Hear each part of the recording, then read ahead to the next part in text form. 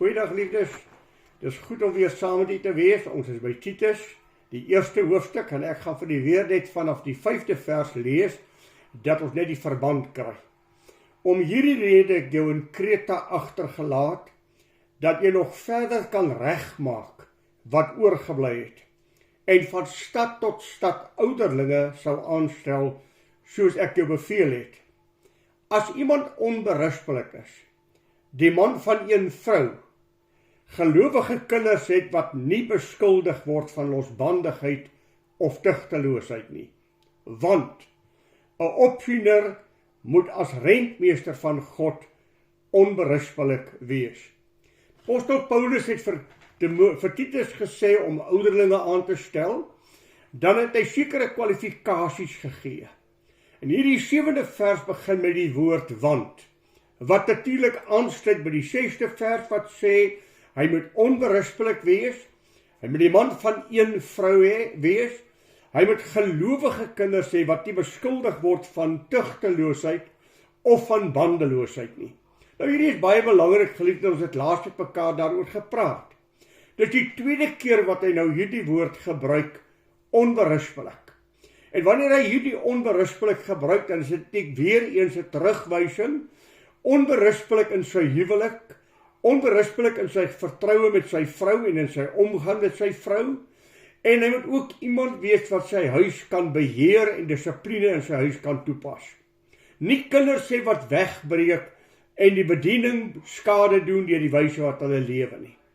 Tog vind 'n mens dit so dikwels dat dit juist die predikant se kinders is wat partykeer wegbreek en wat partykeer wye paaie loop voor hulle terugkom na die Here toe, en party van hulle kom nooit terug na die Here toe nie.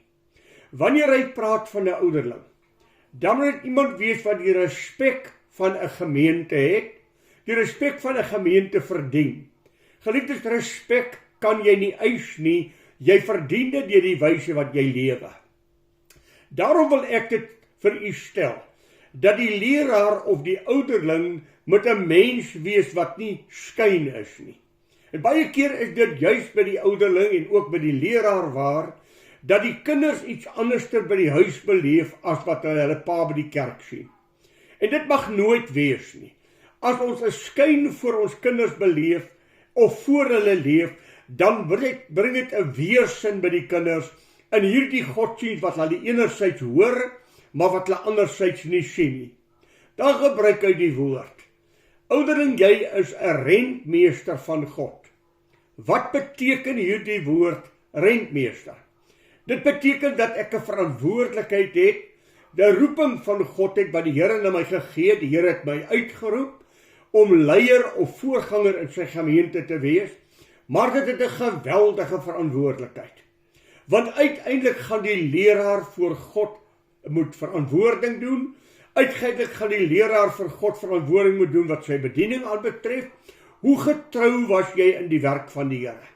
En dan in die Ou Testament vind ons dat die Here juist die leraars aanspreek om te sê, julle was slegte herders vir my kudde, julle het my kudde nie opgepas nie, julle het my kudde gebruik om julle self te versadig en julle self vet te maak, maar julle die kudde van God verwaarloos.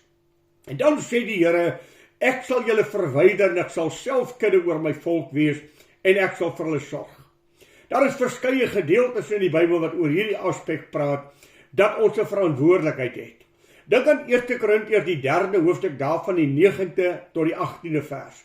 Waar Paulus praat met die voorganger, met die ouderling, met die leraar in die gemeente, ons wat gemeentes lei om te sê, waarmee bou jy?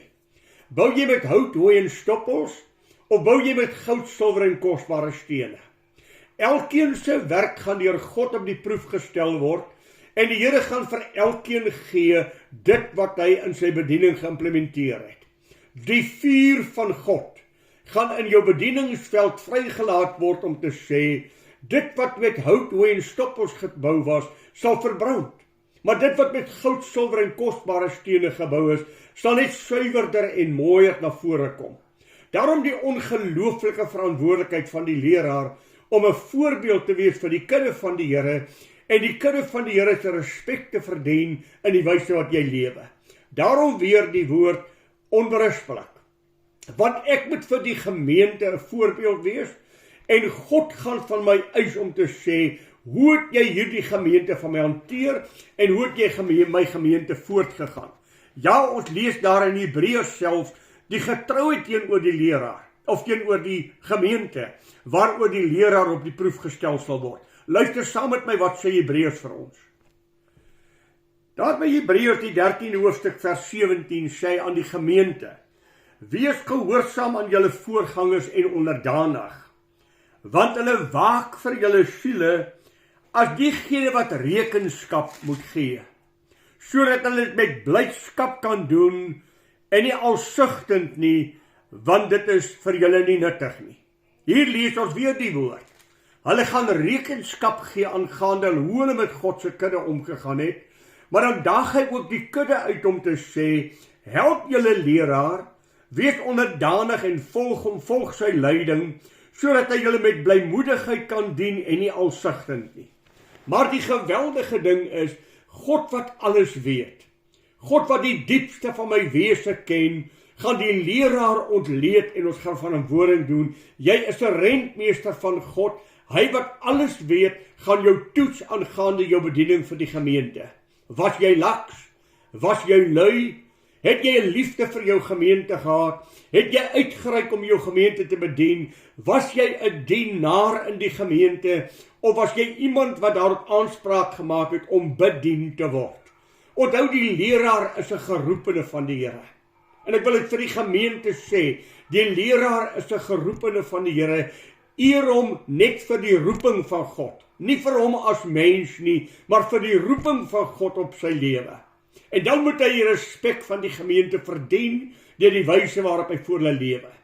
Die gemeente van die Here moet na hom kan kyk en moet hom ken en moet hom uitken as 'n man van God wat die Here liefhet. Met ander woorde, ek moet die gemeente van die Here lei. In die woorde van die apostel Paulus, wees my navolger soos ek dit ook van Christus is. En die ouderling moet die gemeente leer om met God te wandel. Hy moet die gemeente immers lei op die weë van die Here. Daarom is die eerste kwalifikasie, jy moet onberispelik wees. En geliefdes, u weet, ek sal eerder die oordeel van mense in my lewe hê, as om die oordeel van God in my lewe te hê. Ek sal eerder wil hê dat mense my 'n skrobering gee van ontrou of die verskillende aksies waar ek gefaal het. Maar om nie eendag voor die Here te staan en skuldig te wees teenoor God dat ek sy gemeente verwaarloos het nie. Jy het 'n roeping van die Here en jou roeping is jy moet onberispelik wees. Jy moet iemand wees wat die gemeente voortgaan en jy moet 'n rentmeester wees wat aan God verantwoording gaan doen oor die wyse wat jy met God se gemeente omgegaan het.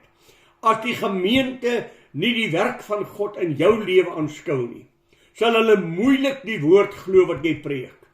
As jy vir jou gemeente tot struikeling is of nie 'n voorbeeld is nie, sal jou woord ook nie by hulle inslag vind nie. Maar wanneer jy preek en jou woord en jou lewe kom by mekaar, dan dra dit gesag en sal die gemeente ag gee op dit wat jy gesê het. Paulus het aan jong Timoteus geskrywe daar in 1 Timoteus die 3de hoofstuk vers 5. Luister saam met my wat sê hy. Hy praat oor die gemeente en sy huishouding. En dan sê hy, die opsiener moet onberispelik wees, die man van een vrou, nugter ingetoe, fatsoenlik, gasvry, beskerm, bekwaam om te onderrig, geen drinker, geen vegter, geen vuilgewinsoeker nie, maar vriendelik, geen strydlustige nie, geen geldgierige nie.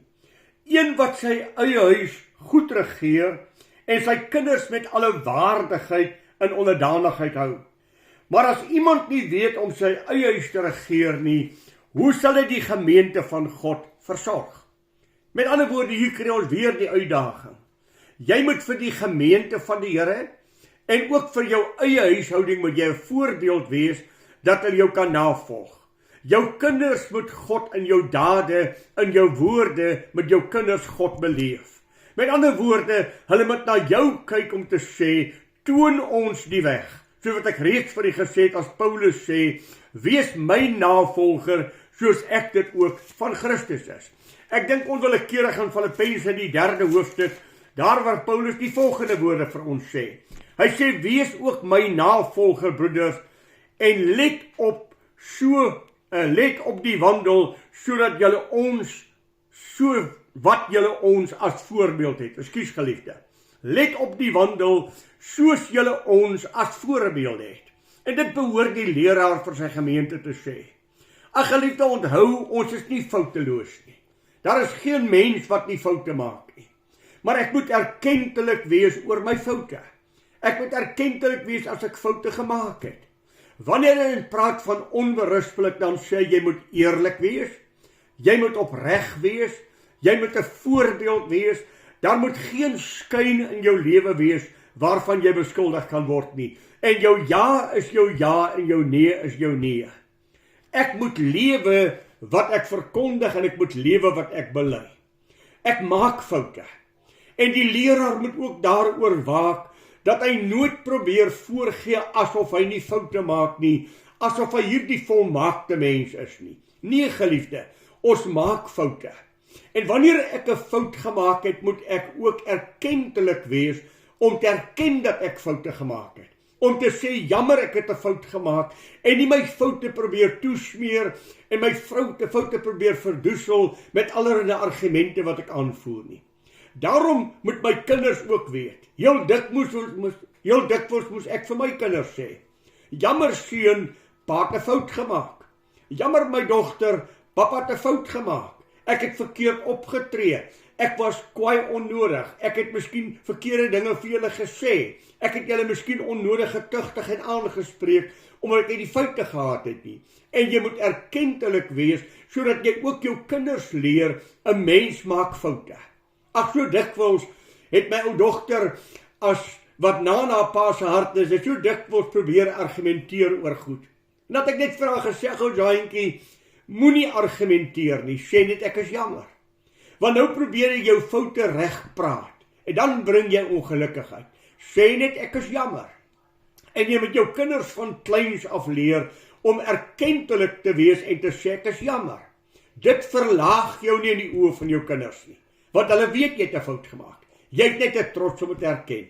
Daarom ook hierin moet jy onberispelik wees, dat jou kind nie 'n klag teen jou het nie, dat die gemeente nie 'n klag teen jou het, dat jy nie erkentlik is dat jy foute gemaak het nie, maar jou foute probeer toesmeer en verdoesel. Ons moet onberispelik wees en let weer op as rentmeesters van God. Ons gaan aan hom verantwoording doen vir die wyse wat ek gepraat het, die wyse wat ek geleef het. Ja, ek gaan ook teenoor verantwoording doen vir die motiewe wat ek gehad het. Daarom dat ons ten alle tye eerlik en opreg sal wees. Kinders van God, te midde van 'n krom en verdraaide geslag, onder wie ons skyn is soos ligte in die duisternis. En hierdie goed is natuurlik ook weer eens nie net van die leraar waar nie.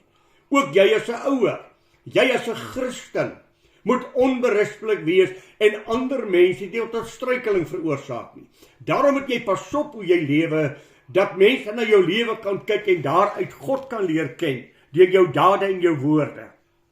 Kan sien dat jy 'n kind van God is. Dis immers wat Matteus 5 vers 16 sê, dat julle deur julle dade, die wyse wat julle voor mense lewe, laat julle lig so voor die mense skyn, dat hulle julle goeie werke kan aanskou en julle Vader wat in die hemel is kan verheerlik oor wat hulle sien. Mag die Here vir jou en my help om hierdie jou gedagtetjie ook in ons eie lewe op te neem, as leraar onberispelik, as Christen onberispelik, en ook die leraar, maar ook jy, gaan teenoor God rekenskap gee vir die wyse wat jy geleef het, hoe jy met mense omgegaan het, hoe jy met God se gemeente omgegaan het, en mag ons voor die Here verskyn met 'n onbeskaamde gesig, en weet Here, ek het gelewe, die getuienis van die Here Jesus oor my lewe gehad, van Maria, wat sy kon, dit het sy gedoen. Mag dit vir u en my waar wees, dat ons werklik opreg eerlik, voor God en voor mense sal lewe. Die Here seën vir u.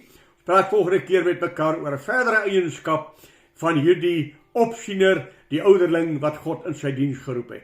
Mag die genade seën van die Here oorvloedig oor u lewe wees. Goeiedag vir u.